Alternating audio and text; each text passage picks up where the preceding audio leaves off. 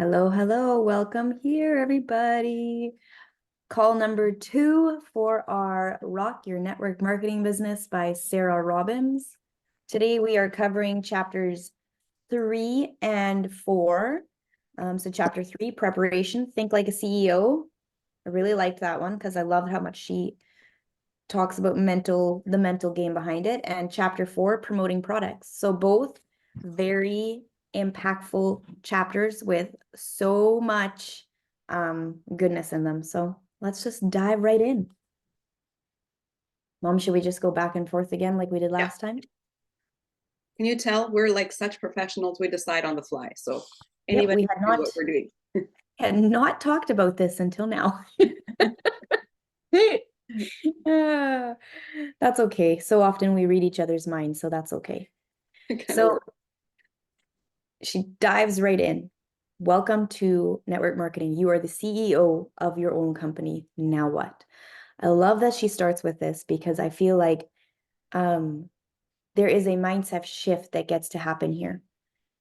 Very often when people come into network marketing, especially when I have new people join me, they almost have a mindset of they feel like they're working for me. You're not working for me. You're working for yourself. This is your business.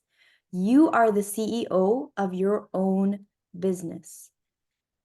And she says at the bottom of page 27, treat this like a business and it will pay like a business. Treat this like a hobby and it'll pay like a hobby. And that's 100% true. If you are a business owner now, you go in and you're like, I'm going to do whatever it takes today to make this business thrive because that business is your livelihood. Whereas if you're an employee, you don't have that same high level of investment.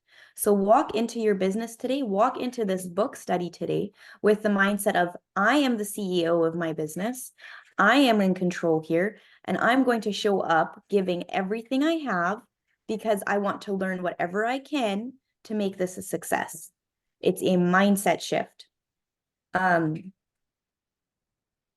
like also how she talked about how a lot of people say that it should be kept so simple that an 8-year-old can do it. And while she agrees, at the end of the day, people still struggle with self-limiting beliefs and with lack of motivation. And motivation doesn't just come naturally. We all know that action breeds motivation. When you put yourself into action, that's where you're going to find your natural motivation. And so it's important for us to take this time to talk about what it looks like to think like a CEO. What does this even look like? Mindset and management of time and emotions are important, especially in this business, because this is where people get hung up on. They get stuck on this. And they very often start playing the blame game when things don't go the way they want them to go. They blame it on, and I love that she mentions this, they blame it on the exact same things that I brought them into the business, into this opportunity in the first place. And don't you see this? You see people leaving companies and going to the next company, and that company, oh my goodness, the compensation plan is this and this and this and this. And then when things don't quite go the way they want them to, then it's the company's fault. It's the compensation plan's fault. It's the product's fault. Is it really? Who's the common denominator here? You are. You're the common denominator. So at the end of the day, it's you making the choices and you showing up and you deciding not to grow, just like mom said in the comments. It's their lack of growth. They're choosing to stay where they are at and looking at the grass being greener on the other side of the fence, when in reality, they're just not watering their grass like their neighbor is. So maybe water your grass, and then your grass is going to look green too and grow some flowers. I'll hand it over to you, Mom. That's a really good start. I feel like I could get on a soapbox with that. I know, right? That's just something that actually transfers all over life, right? You see that all over life. But moving on, and if we talk about developing your blueprint for entrepreneurial success, sounds like such a big sentence, right? And I love this piece because it was one of the very first pieces that I learned in this book when I very first started, had no clue what network marketing was. But I read that and I was like, but who doesn't do that? You know? And it's interesting to understand mindsets of people who still lead a very busy life, but think that they can't do this. It's so interesting to see. And I'm going to use you moms as an example, because once we've been moms, we have learned to do things that we didn't want to do. Wanting is no longer a choice. This is now life. And guess what? That little person is reliant on you. And so who's going to do it? Looking around the room, there's only me. So I guess it's me, right?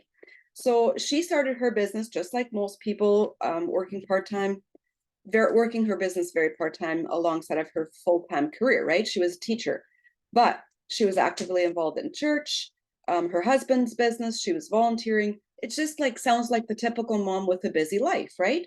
But when you start something like this and you do not implement actual hours and systems to use for you to put into progress the things that are supposed to make it grow, it's not going to grow. And then we go back to point number one, where the thought process gets involved, right? But she flipped it. And this is something that I feel like was very prominent on our team when Eva started, because she came from this mindset. She came from the mindset of, I can do anything for a day. And if that was really hard to think of, how am I going to get through the day? Then we would reframe that and say, I can do anything for 1 hour. Just get me through this 1 hour. If that was a really scary event that we were planning, we were like, oh, we know nothing. How are we ever going to do this? Just, I can do anything for 1 hour. We're going to make it through, right? It's how you approach the problem on how you're actually going to get through the actual situation. So that was one of the sayings that I adopted at the very beginning of my business. Doing things scared is normal. That's how you grow. Avoiding doing things scared is how you stay stuck. And so over the years, when people have said to me, I'm so stuck, I'm like, where do you need to grow? It's so simple. We need to grow when we get stuck. You are going to get stuck at every level and at every season of your life. You are going to find places that you are going to get stuck, right? But if you reframe this and say, I can do anything for a short period of time to produce long-term financial freedom for myself and my family. Now that's taking a different curve, right? That takes a little bit more meaning. It's not just me and my feelings, but it's my family, right? And so if you are, facing a full-time schedule, if you have all these people and things that are waiting for you and commitments that you face daily, it is very, very critical that you're going to learn how to think and not allow those circumstances to become your why not, but to make those circumstances your this is why I need this. And so circumstances can be your reason to quit. They can also be your reason to keep going. And that choice is yours, right? So same saying we've said for years, you can work your business part-time, but not sometime. Consistency will be the gas in your gas tank, right? It means that with the hours you do have to put into your business, you must be planned and purposeful, and you must be prepared.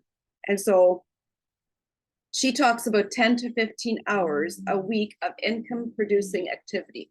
Now, granted, sometimes it will take us a little bit longer to get into the habits and to get into learning how to do IPA well. Once you have a system, once you know, like, okay, this is my list of people. Every month I'm adding more people to my list. You're going to start flowing and you're going to be able to do your IPA in a shorter amount of time. Do you know what's going to trip you up? The biggest thing that's going to trip you up from becoming more efficient is stopping. Do not stop. Every day, do some IPA, because that's going to keep the ball rolling, right? So I love how she broke down, and this is not even, she's not even Plexus, and they're still breaking down what it means to actually do your IPA, right? Busy work is, busy work doesn't count towards your growth time. Sometimes we can get caught up in that, and it's really like You know, I felt so busy because you were like responding to every chat. You were commenting on so many people's posts because they were such good posts, and you were involved in this conversation and that conversation. But how many times did you share your business and invite people to learn more? That's income producing activity. How many times did you share your product or service and invite people to try them? That's income producing activity. And how many times did you follow up and sign up people and help them get started? That is income producing activity. You always want to focus on paying yourself first before you get involved in the other things, right? And that's just skill that you learn that as you go. You learn as your community is growing around you, you also want to grow with them, right? If you're continuously just going to be involved in the community, as awesome as we are, I know, it is fun to be in chats and have conversations and talk to sidelines, but that doesn't pay you, right? You want to pay yourself first. And so when you're setting aside hours that you're putting into your day saying, this is when I will do these things, plan them, be purposeful, and have a list that you can check off and say, okay, done that part for today. This is why IPA sheets are so effective, because they keep our mind on track. And I remember years ago when, you know, we were really just starting with IPA sheets and we sat down to do IPA, we timed ourselves and we said, okay, I'm going to sit down, do my IPA without the IPA sheet, and then I'm going to do it with the IPA sheet. And it's crazy when you start writing down things, you do a whole lot more than if you do not write them down. So it felt like I had done a lot of work in 1 hour. And then when I went to actually write down what I had done, I had only done like 2 pieces of IPA. All the rest was not income producing activity. And so you have to separate those things, right? And then there's that piece of, you'll see in my background, there's a housekeeper cleaning my house. I love her. She's so precious. And you know what? This is the thing. Not everybody needs a housekeeper. But where am I going to make more money? Am I going to make more money keeping my own house clean? Or am I going to make more money helping you guys succeed? Right? And that can start at any level of your business. That can be as simple as asking your husband to do the evening dishes so that you can finish your IPA. You're trading tasks for where your greatest return will be, right? And so it frees you up in certain places. She talks about if you're serious about your business, you will have to make some short-term exchanges to produce the long-term financial freedom and rewards that come with your business. So sometimes, you know, we don't talk about enough in the beginning of our business where it feels like you're investing a lot of time, but yet sometimes you still feel like, I need to have a garden, I need to be canning, I need to be baking my own sour bread. Oh, I really like sewing for my kids. Where are you going to build a business? You are not Superwoman. Honestly, you are not. And please don't try to be, because you're going to burn out, you know? So some of those things in my life had to take a serious back burner the first 5 years that I built my business. And do you know what 5 years is in the scheme of your lifetime? It's very little, very little. And so for 5 years, I did bare minimums outside anything of building my businesses. And so you have to be willing to pay a price for true time and financial freedom. Now, I have a greenhouse, I have a garden, I love canning with my husband. He does a whole bunch of the housework for me. It's because we worked for this flexibility and time freedom, right? You have to get to that point where you can afford to do those things if you want this to be your full-time income. So we will talk about what to do during your income producing activity time in the upcoming chapters. For now, I want to talk to you about another critical component to success in any business, and that's your personal and professional growth. I love the story of that starving baker. Sheila. Okay, I want to add one more piece to what you said, because I think I can bring it from a different life perspective. Good. Like, Mom started this when we were all grown. Only Cora was still at home. I did exactly the opposite. I started this when I was pregnant with Chloe, and I've built my business throughout all the years of having babies, being postpartum, all the things, nursing, up all night, all the things. And I remember reading at the bottom of page 29 and top of page 30, says you must control your time or your time controls you. We can't complain about our busy schedule as the only person who creates that schedule is you. And I remember being so bitter about that line because in my head, I was thinking, I don't control when my baby wakes up all night. And I remember getting so annoyed at that. But I was at that time coaching with Brooke Knitz. And if you know Brooke, you know she is an absolute angel. And she sat me down and she said, these are your choices. You made these choices to be where you are today. And I was like, no, I didn't. I don't choose to have my baby wake up all night. I don't choose to have a teething toddler. I mean, I didn't choose that. And she's like, yes, you did, Sheila. You did choose that. You chose that when you got into bed with your husband. Like, let's just be really, really, really brash here. You made that choice. And I was like, oh, can I just be a turtle and crawl into my shell? Yes, I made that choice. I made that choice. And that choice, those are my positive, negative consequences, whatever you want to call them. I chose that. And so I now get to choose the attitude I have walking into that. And that meant that in my life, I had to choose what my priorities were. I had teething toddlers, I had screaming babies, I had very rough postpartum. And so that meant I would choose to take care of my kids and I would choose to do my business. And a lot of people, a lot of things in my life did not get done. I did not have a clean house. We did not have clean toilets. And we took laundry out of our laundry baskets in the laundry room because it did not get folded, because those were just not important at the time. And I'm not saying that mom didn't have a lot of things on her plate. She did, but I can see lots of Opposite young seasons. opposite Opposite seasons. seasons. Which I'm just just shows you. speaking to Yeah. the young moms right now Yeah. because I think it's good to hear it from both sides. When you are, because I know how busy mom is. Life just gets busier. And so we get to now at this age choose what our priorities are and choose what is important. And then I hope that by the time I get to her age, I'm really good at setting boundaries.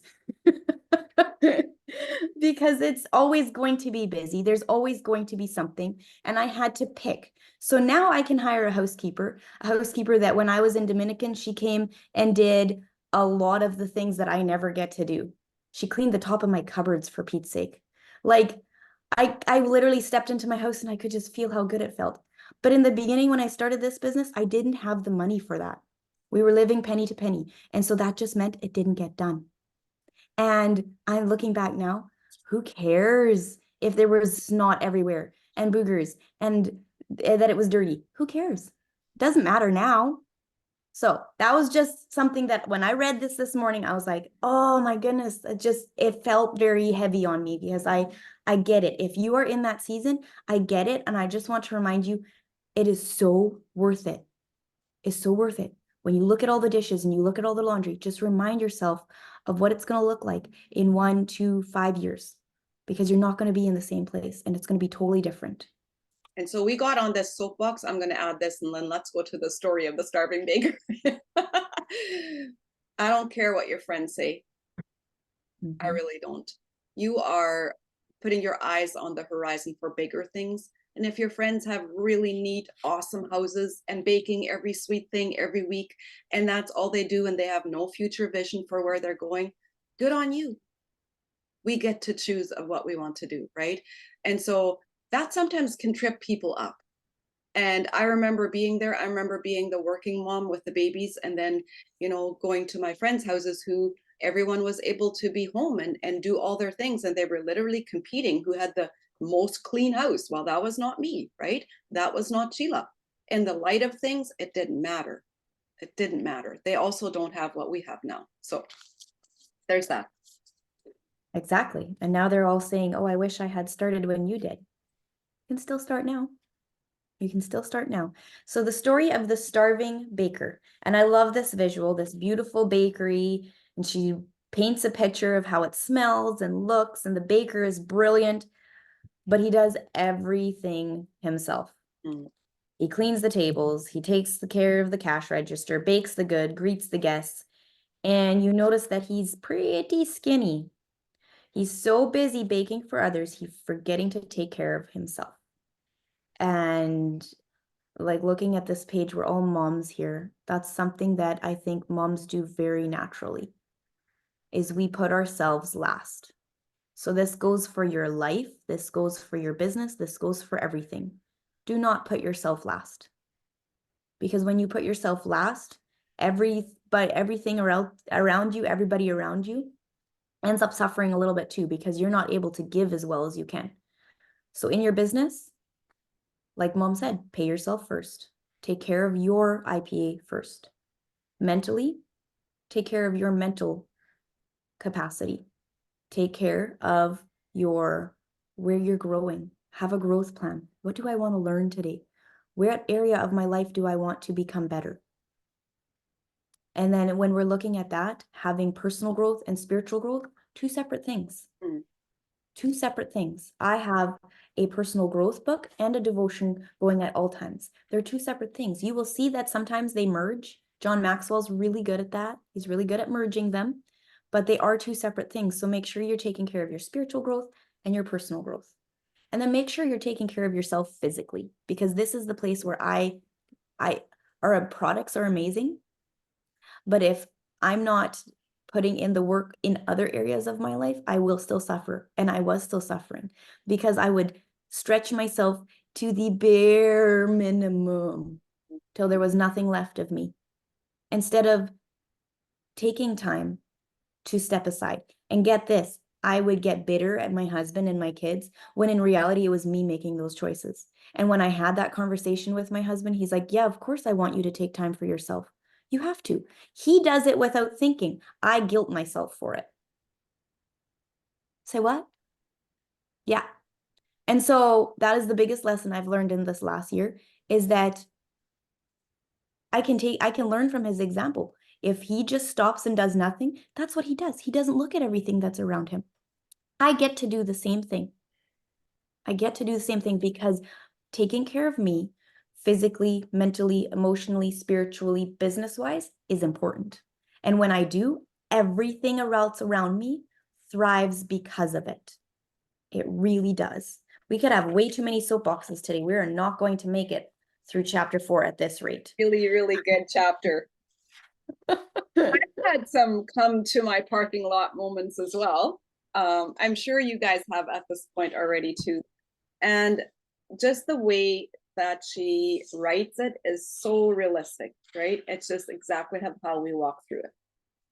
I wasn't a very positive person either when I started. I had had years of stress, and sometimes sarcasm was a really good way to deal with some of the bitterness that I was harboring, which didn't make me a very positive person. And learning to recognize that and be self-aware of how I was allowing myself to use that as a barrier to not being vulnerable, to really address what the situation actually was, right? And so when I learned that my thought process would really truly affect how my business would grow, that was a really big deal. And it's not just the thoughts that you speak. Believe me, the thoughts that you think are going to transfer over, and people will feel that, right? So she also talks about being a big bundle of doubt and fear. And she would allow every distraction to discourage, allow every disappointment to demotivate. I had daily had my I quit moments too, you know. It's such a roller coaster. It's so stressful to stay in that thought process. And people don't realize that we hold ourselves there only because it's familiar. It's not a comfort zone, it's a familiar zone. And so the things that you speak are the things that are going to happen. There's no magic in there. There's no, big things that there's no wuju or whatever. It's just what you speak life over is what's going to happen. And so when you say things like nobody is joining my team or everybody is quitting, and wouldn't you know that's exactly what happened, it's so funny to look at it and think that, why are we expecting anything different if that's what we're saying, you know? Words are capable of bringing a harvest in your life, good or bad. And my words are either going to be a fertilizer to my growing team or they would poison it. Personal development took me on a 2-year journey. Well, for me, I think that was more like a 5-year journey, where from start to being at Emerald for almost 3 years. No, I was Emerald for just over 2 years when I really invested in some really intense personal growth, and I went and did it all by myself. I didn't have any uplines, any sidelines, nobody. It was just me, myself, and facing my own self. It was pretty intense. I'm not saying that anybody else needs to do that. I'm saying that's where I was at. I wanted that next level of growth. I knew there was something holding me back. It was within me. It was not my upline. It was not Plexus. It was not my team. It was within me. And I needed to conquer that next level of growth, right? And so she had her come to the parking lot moment. I know exactly where I had mine. You will have yours. You will have your own place of recognizing, okay, and it's probably going to be more than one moment like that. But when her friend said to her, Sarah, do you want to know what's been holding you back? That, for one thing, is a good friend because she was willing to tell her. She wasn't willing to just appease her and say, oh, but you're doing so well. No, people want to hear what's holding them back. And sometimes for a friend, that's very hard to speak, right? And she was so excited. She was finally going to give me the magic bullet. And it's so funny how we think like there's got to be a solution that I'm missing. I'm missing something, right? But you're not. You're not. She proceeded, you're doing all the right things by going through the motions, showing up to every meeting and call. Your problem is that your thoughts towards your business and team don't align with your goals for success. Your words aren't aligning either. You need to make a decision to be successful. That lies within you. That does not lie in any action that you take, anything that you do, any training that you participate in. That lies within you. That was one of the most honest conversations anyone had had with me. To be honest, it was a defining moment in my life, and she was right. I was going through the motions, but I hadn't really made up my mind and declared I was going to be successful. And that was the day that she made up her mind. I have the fastest growing team in the company, is how she reiterated her verbiage. And you know what? I remember speaking this about going diamond. I will be a diamond and a top earner. And at the time in my business, there was very little evidence to prove that. There was very little evidence that that would happen. But I kept at it. I kept replacing those thoughts in my, where I used to say like, oh, everybody's quitting. Nobody is joining my team. Where I used to say those things, I replaced it with, I will be a diamond. I am going to be a diamond. You solidify that in your mindset and you speak that over yourself, right? These daily affirmations, when spoken out loud, elevated my belief, which changed my confidence, ultimately affected my odds and created results. And today those declarations are true. She became the top earner in her company. Isn't that crazy how within yourself lies that power? The truth be told, I worked harder on my personal growth than I did my business during that time. Because where was the solution? The solution was within her. The solution wasn't what she wasn't doing, it was what she was doing, right? As you prepare to become an empowered entrepreneur, I want to ask you, what are your attitudes about success? This is a really, really big deal. And sometimes I don't think that it gets talked about enough. What are you saying about yourself and your team daily? What are you thinking? Your thoughts become your words become your actions determine your outcome. Much of our success boils down to our belief. It's that one short little word that has the power to hold everything, right? In our company, in our profession, and of course ourselves. And I would venture as far to say, I honestly think in Plexus, belief in yourself, knowing that you already have what it takes to be successful, is probably of the biggest ingredients. And I'm going to explain why. I believe it is because we transfer that belief into our people that we help. When Jessica Heffley said on day one, become obsessed with helping her, that's because the belief within yourself is already there. You already hold what you know is going to help her, and you can transfer that. I feel like we have the belief in our products, we have the belief in our company. That's all been solidified. We know that that's there for us. But the belief in yourself to become successful lies within you. So speak life into them and increase their self-esteem by teaching personal development as much as you teach the professional development skills. Again, when we talked about facts tell and stories sell yesterday, it's that belief part of the emotional stories, right? All the facts in the world are not going to make people believe, but it's that emotional story that's going to connect them. And then it leads into, I feel like, one of my very favorite parts about Plexus, because it's so very different. If you have been in a different network marketing company, you might already know this, but if you haven't, like I was, I took it for granted. I felt like, oh, everybody does things like this. Plexus has culture that very, very few other companies do. And that culture is up to us to build and create. And that culture stems from the belief that you hold in yourself. And so if you read this and say, what type of culture do I want to create on my team? So Eva's video today was a large part on that as well. Culture begins with you and it starts today. Your words and your actions will duplicate down to your team, and a leader is only as good as his or her team. Grow yourself and your team will grow. Be the leader that they are looking for. True leaders can cast a vision and they know where they are going. How do they know where they're going? They plan for it and they communicate it to their team. What are your plans for you and your team? Where do you want to take them? And have you shared your vision with them? So your culture that you are creating is the belief that you have in your team. It's the encouragement that you speak over them. It's helping them replace negative thoughts with positive. It's helping see gifts and strengths that they have in themselves that they can already use. It's actually just having fun together. That's the culture that we build here. Okay. Making your dream a reality. So we have like the foundation, we have the mindset, we have the culture, we have the right company, we have the right time, we have the right products, we've got all those things. Now we make it a reality. One of the most important things you can do when you start this is to develop your why, your reason why. And so I think like everything we do here can touch all aspects of your life.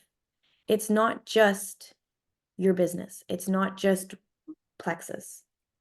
Having a reason why you do something is what's going to keep you consistent. What is your reason for exercising? What is your reason for eating well? I made some changes in my life at the beginning of the year, and I have stuck with it every single day until now. And I have a lot of people come to me and, how are you doing it? I wish I had your determination. It has nothing to do with determination. I know why I'm doing it. I know why I'm doing it. And that why is so strong that I can't even think about quitting, because quitting means I would just have to start again. And that's the last thing that I want. So when you have that why, it's like your roadmap to take you to your destination. That's basically what it is. So I'd love to hear in the comments, if time and money were no issue, how would your life look? Where would you live? What would you drive? What would you do with your time? Would you have any debt? In other words, what will a successful business do for your life, your family's life, or your lifestyle? And I want you to pop it into the comments because I want to hear. I want to hear your vision. What are you thinking? Like I'm a very big dreamer. I would lie in bed and I would dream about what our life would look like. And I would dream about, what would my house look like? What would our acreage look like? Where would we go with our kids? What would we do? I would lie there and dream about it because I was making it a reality in my head. And when I got up in the morning, that dream was still there. And it was my driving force behind what I wanted to do the next day, behind what I would do. And you can keep building on it. It doesn't just ever end. You can always keep building. I love how her why was not even about her. It was so much bigger than she was. It was so much more. And there's a lot of people in Plexus that are doing exactly this, making a huge difference in the world. But she also talks about how her why felt so big that sometimes it was almost intimidating, that she didn't know what to do next. Because if a task is too big, you're looking, I remember moving into this house and all the boxes standing around everywhere. And I just stood there for a second. Oh, goodness. Where do I start? I know probably how mom feels right now, standing in her house, looking around, being like, oh dear, where do I even start? Which box do I pack first? That's how it can feel. So when you want, what you want to do is you want to break it down. What can you focus on today? Make yourself little bit by bit goals that will guide you to your big goal. I'm going to start by getting my products paid for. And then I'm going to pay for our groceries and our products. And then I'm going to pay for our mortgage, groceries, and products. And then I'm going to start putting money aside. And then I'm going to do this. And just build on it. And as you keep building, it's going to get bigger and bigger and bigger. And she said, as my checks grew, so did the impact we were able to have on others. You get to do more. Money does not change you. Money simply amplifies who you already are. If you are a tight-fisted person who is a Scrooge, that's just going to make you more of a Scrooge. But if you are already somebody that lives with an open hand, it just makes you even more open-handed. I love in Eva's documentary, it said something about building longer tables, not higher fences. That's what we want to do here. We want to build longer tables to invite even more people in. Now, when you're sitting down and you're writing, I can't wait to read all these comments. When you're writing down what your why is and why you're doing this, use powerful language. Do not let yourself skimp out. Just don't use wimpy words like I wish. I wish is in the garbage. I wish is not necessary. We had a talk about this in one of our chats the other day. Use strong words, words that are going like that are definitive. I am a diamond.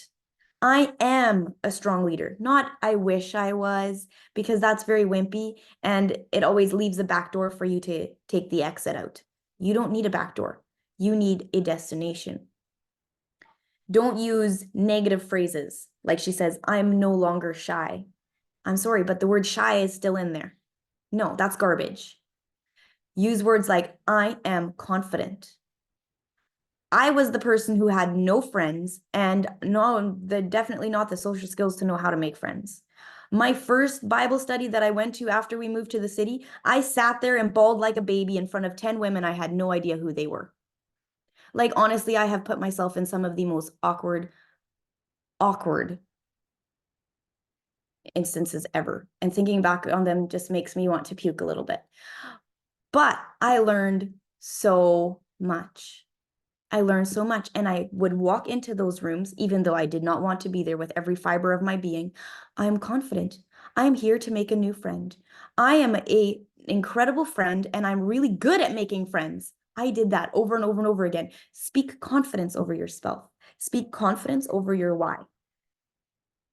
And when you're done with this, I'd love to have you share them in our chats today. We'd love to see them. Love to see your why.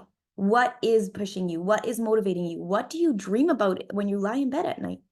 Tell your spouse. Have a sit-down meeting. I know Brittany did this the last time she came to Lacrete. She said her and Nick had a conversation the whole way here about what their future could look like. And she cast a vision on him to show him, this is what I'm dreaming about for us. And when she did that, it totally changed his perspective on what Plexus is and what's possible for them. Have that sit down meeting with your shareholders. Your kids and your spouse are your shareholders in your house. Show them what you are doing. Show them how excited you are and what you are dreaming about. Because when they see your fire, they are going to be more invested too, especially for our husbands. Your husband does not want you to hurt. Your husband does not want you to struggle. His job is to protect you and keep you safe. And so when he sees you struggling, that's hard on him. So show him why you're doing this, and it will help him encourage you along the way. So now, how do you eat this big elephant? There's so much more that I could add to that, because that is a really, really big piece to what will actually feed your belief. That piece in itself. And I'm just going to touch a little bit on, I love what you're sharing in the chat. Like some of them can just really fire me up because they're so real. And I get so excited, I think, because I've been through the process, right? If Yeah. you guys had known where we were when I started this business, and then to think now 10 years later, this is where we are today. And I'm not saying by any means that we have arrived, I have huge goals in my life yet, but to have in the last decade removed financial stress, to have in the last decade gotten our health to a place of where I am so excited to live life out with my family and be healthy for them. Because one of the biggest things I see is people getting sick younger and younger, and their kids having to take care of them. That is my fear. I want to live life with them and do it well with fun. So there's so many things that you can speak life into. Okay, so how do you eat an elephant? And it seems like such a big thing. I'm talking about the last 10 years. So don't think that you all have to do it tomorrow.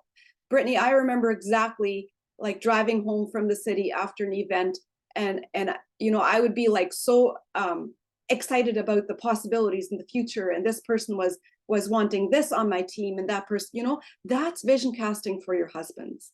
And they have to feel that excitement and get involved in order to feel that. I love that part. And so previously I mentioned my why wasn't always a motivator because it seems so far away. Sometimes we can make really big goals, and then that in between you still have to fill, right? So I had to break things down a bit and focus on more bite-sized goals. Equally important to writing your long-term vision or your why is setting short-term goals. That's a really, really big deal, because you have to learn to celebrate your immediate success. That's super important to keeping yourself going, to knowing that you have to celebrate the success that you're having now and be okay with where you are today, right? Goals are dreams with deadlines. I really like that, because a goal can be something, basically a wish for some people, because they don't set deadlines to it. A wish isn't, I'm going to share my thing that I've had on my board for probably, gosh, I want to say like 7 or 8 years. A dream written down with a date becomes a goal. A goal broken down into steps becomes a plan. A plan backed by action makes your dreams come true. And that's always been something that I've kept in front of me over and over, because at the beginning of the month, when I sit down to goal set, I'm like, oh, right, I need to do that. Just 1 second.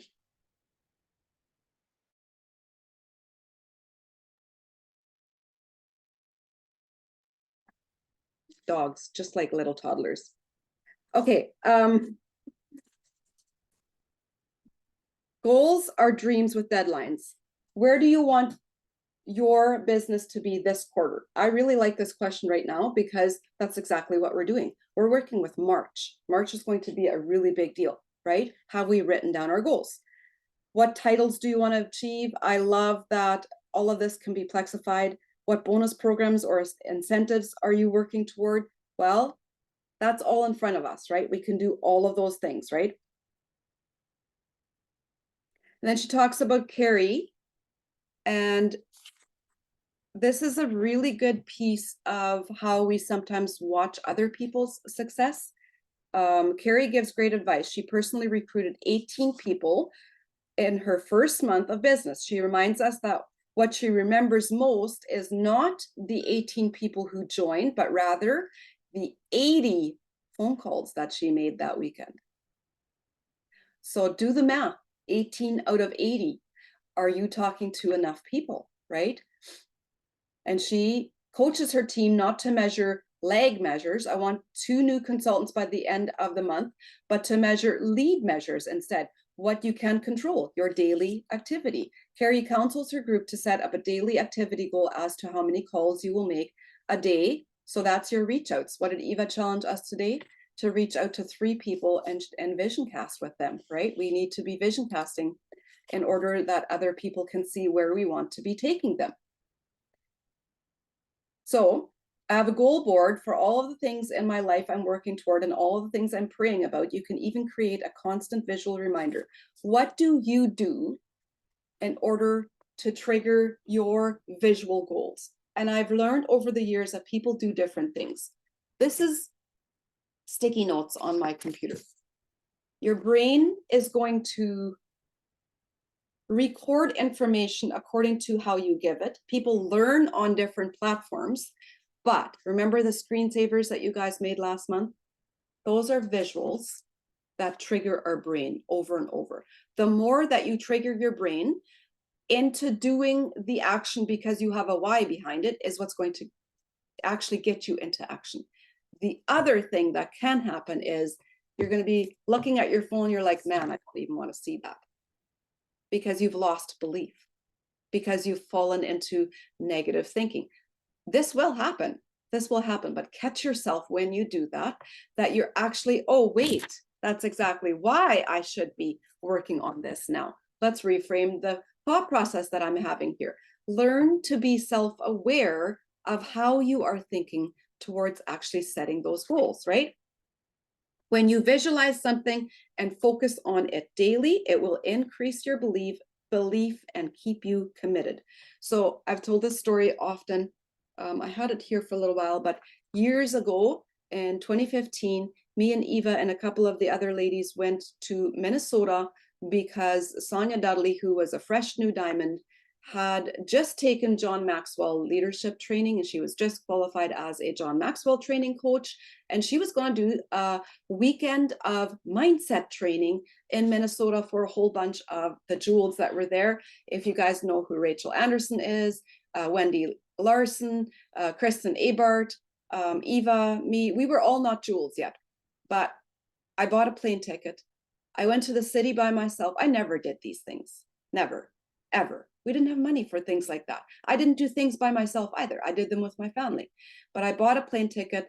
I went to the city all by myself, and I got on that plane with 3 other women. And I went to this mindset training over the weekend in Minnesota. I got to know a whole bunch of my uplines and sidelines. And Sonia Dudley did training on exactly this. When you visualize something and focus on it daily, basically the thought process that you're going to have over your business. Investing in yourself into doing something like that. And I'm just going to tell you that a whole bunch of these are still on YouTube. They're just as effective as what they were back then. This is what's going to propel you ahead into actually learning what it takes to do one step at a time, right? Okay. One of the keys to achieving a goal is to share it with someone. So I recommend an accountability partner. Choose your spouse, sponsor, someone in your company. This has been proven to be super effective. Being accountable to someone who keeps you actually doing the actions is what's going to make the difference. Now, you can slip into being an accountability partner that supports each other's inaction. Be careful to not fall into those places. I have previously been in accountability chats where, 3 out of 4 were actually not working, but they were affirming the reasons of why they weren't working. That's not effective. It's not effective for you either.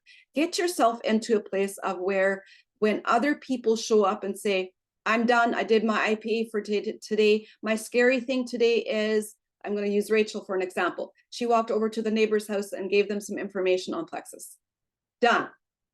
Keep each other accountable with actions that you don't do every day, with actions that you know that you have to grow in, right? And set weekly talk time to inspire one another, share best practices, celebrate success. Social integration is a powerful tool. Okay. The last part that I'm just going to read. While you're on your journey, play the part. You've heard the old saying, fake it till you make it. I want to encourage you to play the part of a successful entrepreneur. Now, I don't like that saying. I feel like the world wants authenticity.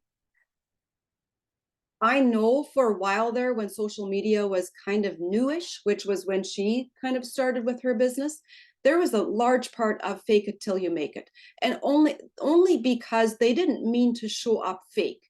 They meant to show up as if you were already a diamond, to come and do the work and do the work that you needed to in order to get there, right? She talks about all the things that you can do, dress the part, the email promotions, all those things. Now, there's a lot of things that you can do in Plexus to show up. And yes, you have to show up to go up, honestly. But I'll tell you this, authenticity is the most powerful tool that you have in this business. Being vulnerable to a piece of not being negative, but being vulnerable in the places of where you know that you struggle and showing up in that is probably your most powerful tool for being relatable to other people. Being relatable means other people think that they can do what you have done. You want other people to do what you have already done in order to create duplication. You don't want to be the best person in the room. You don't want to show up as if you've got it all made. Now you guys just need to do what I did. No, you want to be relatable. I still struggle with a lot of things in recruiting and duplicating, and I'm a diamond. And I'll be super honest about that because I'm always growing and I'm always talking to new people. No two people will ever be alike. Your most authentic self, being who you are, and not berating yourself for the things that you don't have, showing up in the strengths that you do have is going to be very attractive to other people. Gosh, it's we did an hour on one chapter, Sheila. I feel like we should have some discussion on this instead of rushing ahead into chapter 4, though. I think it's okay if we are done with chapter 3 because I felt like there was nothing that we would have left out today because it was all necessary. And I really want to, like, you guys have amazing things in the comments. I really want to focus some time on that as well, because those are the reasons of where and why we show up, right? So if there's something that really stood out to you today, unmute and share that, or something that you want to ask about. I really feel like it's important to really get solidified in this chapter. Your thought process is going to be everything in your building process.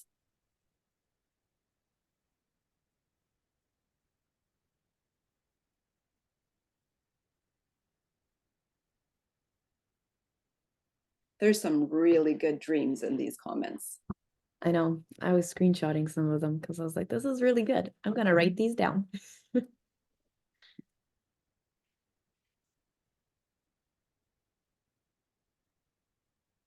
Should we stop the recording for now? Oh, yes.